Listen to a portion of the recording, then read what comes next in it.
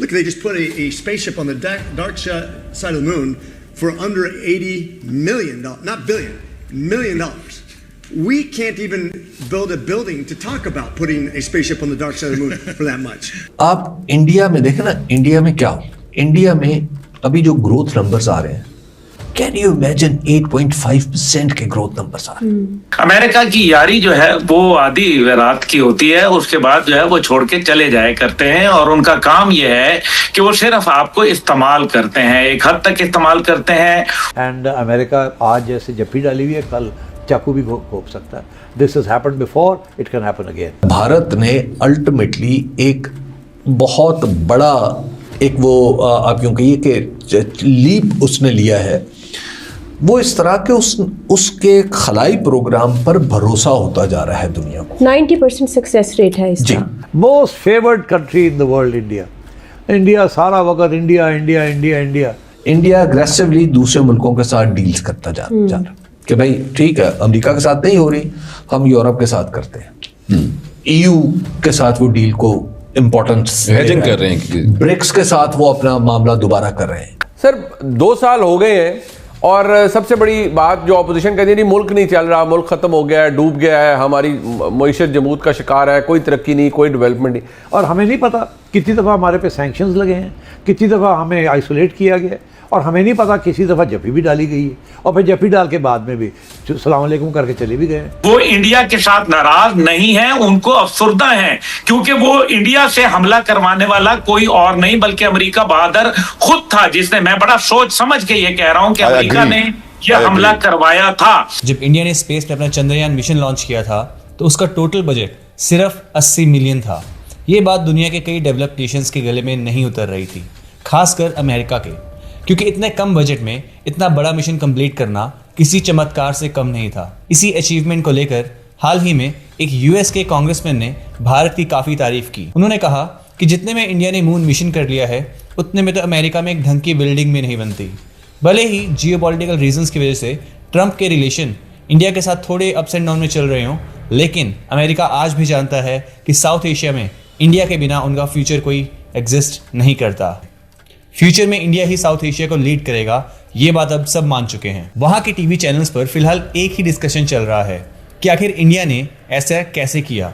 वहाँ के बड़े बड़े एक्सपर्ट्स भी ये एडमिट कर रहे हैं कि जहाँ पाकिस्तान डेब्ट और इन्फ्लेशन से लड़ रहा है, वहीं इंडिया ग्लोबल स्टेज पर अपनी टेक्नोलॉजी और इकोनॉमी का लोहा मनवा रहा है। In what they're filling in, look, they just put a spaceship on the dark side of the moon for under $80 million, not billion, $1 million.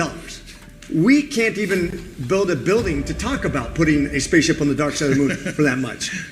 They're just becoming extremely, it's kind of like jumping past telephone poles and going straight to cellular. They have some real advantages in the way they're approaching businesses right now, and people should be very not concerned. देखिए, अभी आप India में देखें ना, India में क्या, India में अभी जो ग्रोथ नंबर्स आ रहे हैं, कैन यू इमेजिन 8.5% के ग्रोथ नंबर्स आ रहे हैं।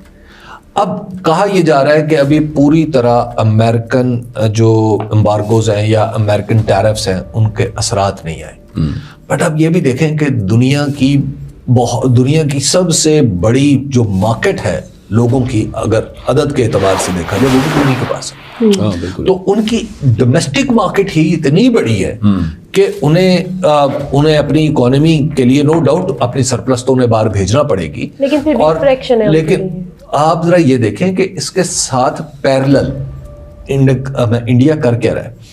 इंडिया अग्रेसिवली दूसरे मुल्कों के साथ डील्स करता जा रहा कि भाई ठीक है, अमेरिका के साथ नहीं हो रही, हम यूरोप के साथ करते हैं, ईयू के साथ वो डील को इम्पोर्टेंस हेजिंग कर रहे हैं, ब्रिक्स के साथ वो अपना मामला दोबारा कर रहे हैं। तो ये चीजें, वो इंडिया ने एक रेजिस्टेंस तो दिखाई है अमेरिका को, और वो अपना स्टांस के हम किसी तीसरे मुल्क की इंटरवेंशन हो ना हो, लेकिन हम उसको तस्लीम नहीं करेंगे। एज अ फॉर्मल जो टूल ऑफ डिप्लोमेसी है, उसको हम तस्लीम नहीं करेंगे। तो ये उन्होंने अपना एक स्टांस रखा हुआ है। जी अब्दुल्ला साहब, क्या अमेरिका बज़ाहिर ये दिखा रहा है कि पाकिस्तान के साथ मेरे ताल्लुकात बहुत अच्छे हैं और अंदर कुछ और कहानी खिचड़ी पक रही है, यूज एंड अब्यूज वाली पॉलिसी? योर ओपिनियन, तारीख गवाह है वैसे अब्दुल्ला भाई। तला भाई, आपको तो पता है मैं आपके प्रोग्राम में मुतअद्दिद दफा अमेरिका के हवाले से बात कर चुका हूं और मेरी बात सही साबित हो रही है कि उन्होंने ये बड़ा वादे बोल दिया था कि हम पाकिस्तान की इस साल 2026 के वक्त तक जो है वो पाकिस्तान की प्रोग्रेस देखेंगे और उसके बाद हम अपना लाहे अमल देंगे। अमेरिका की यारी जो है वो आधी रात की होती है, उसके बाद जो है वो छोड़ के चले जाए करते हैं और उनका काम ये है कि वो सिर्फ आपको इस्तेमाल करते हैं, एक हद तक इस्तेमाल करते हैं। वो किसी के दोस्त नहीं है, वो अपने भी लोगों के सगे नहीं है, ये भी याद रखें। और जो देखिए उन्होंने इंडिया के साथ जब डिफेंस और स्ट्रेटेजिक मुआहदा जब कर लिया 10 साल के लिए मजीद, तो उससे बात वाजे हो गई कि वो जो दुनिया में बातें हो रही हैं, रोजाना आर्टिकल लिखवाए जा रहे हैं। तला भाई, मैं बच्चा नहीं हूं, मुझे मालूम है और हमारे दोनों मुअज़्ज़िज़ जो मेहमान हैं वो भी जो है इस चीज को समझते हैं। वो आपको सिर्फ न्यूयॉर्क टाइम ने लिख दिया, माय फेवरेट फील्ड मार्शल कह दिया, शहबाज शरीफ साहब की तारीफ कर दी, हम इस बात पे खुश हो गए जनाब, और अगले लोगों को जो है वो उनके साथ दिफाई मुआहदात चलते हैं। आपको दिया क्या है अमेरिका ने, ये बताएं।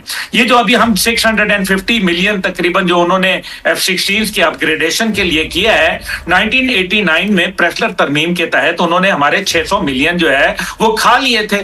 ये तो वही पैसे हैं जो हमें दिए गए हैं। डोनाल्ड ट्रंप ने ट्वीट किया था पाकिस्तान से तेल निकाल के इंडिया को बेचेंगे। वो सही कह रहे हैं, वो हमारा तेल निकालना चाह रहे हैं। आप समझ रहे हैं, वो तेल वो आपको डीन्यूक्लियराइजेशन की तरफ लेके जाना चाहते हैं। वो आलम इस्लाम के अंदर एक सुपर पावर को बर्दाश्त नहीं कर सकते। वो ईरान के साथ जो काम कर रहे हैं, अचानक उन्होंने, आपने शुरू में क्योंकि बयानिए में बात की थी, ईरान को उनको अब वो कह रहे हैं कि जी हम तेल पे पाबंदियां लगाएंगे। एक तरफ वो कहते हैं कि जी गरीब अवाम के साथ खड़े, और गरीब अवाम को गरीब करने में किरदार किसका है? अमेरिका बहादुर का, अंकल सैम का। उन्होंने उनके ऊपर 45 साल से जो है वो दुनिया की सख्त तरीन जो है पाबंदियां आयद की हैं। वो इंडिया के साथ नाराज नहीं है, उनको अफसुर्दा हैं, क्योंकि वो इंडिया से हमला करवाने वाला कोई और नहीं बल्कि अमेरिका बहादुर खुद था, जिसने, मैं बड़ा सोच समझ के ये कह रहा हूं कि अमेरिका ने यह हमला करवाया था, क्योंकि अमेरिका जो है वो इंडिया को टेस्ट करना चाह रहा था चाइना के मुकाबले में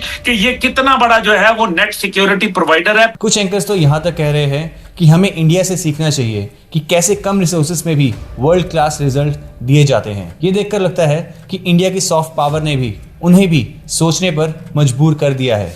लेकिन बात सिर्फ एक मिशन की नहीं है, ये एक नया इंडिया है, ये एक नए इंडिया की तस्वीर है। आज इंडिया सिर्फ एक मार्केट नहीं बल्कि एक ग्लोबल इनोवेशन हब बन चुका है। यूएस कांग्रेस हो या फिर यूरोपियन यूनियन, हर कोई जानता है कि अगर साउथ एशिया में स्टेबिलिटी चाहिए तो इंडिया का साथ होना बहुत ज़रूरी है। जैसे कि यूएस कांग्रेसमैन ने कहा कि इंडिया की एफिशिएंसी का कोई मुकाबला नहीं है। हमने दिखा दिया है कि भारत की काबिलियत किसी की परमिशन की मोहताज नहीं है। हम अपना रास्ता खुद बनाना जानते हैं। आज पूरा विश्व हमारी आत्मनिर्भर स्पिरिट को सल्यूट कर रहा है। चंद्रयान से लेकर ग्लोबल डिप्लोमेसी तक भारत की धाकड़ हर जगह है, और ये तो बस शुरुआत है। आने वाले वक्त इंडिया का है और हम साउथ ईस्ट एशिया को नहीं बल्कि पूरी दुनिया को लीड करने के लिए तैयार हैं। आपका क्या मानना है? क्या आपको लगता है कि अमेरिका और बाकी देशों को इंडिया की स्ट्रेटेजी से सीख लेनी चाहिए? कमेंट सेक्शन में अपनी राय जरूर दें। एंड अगर आपको वीडियो अच्छा लगा तो वीडियो को लाइक और चैनल को सब्सक्राइब करना ना भूलना।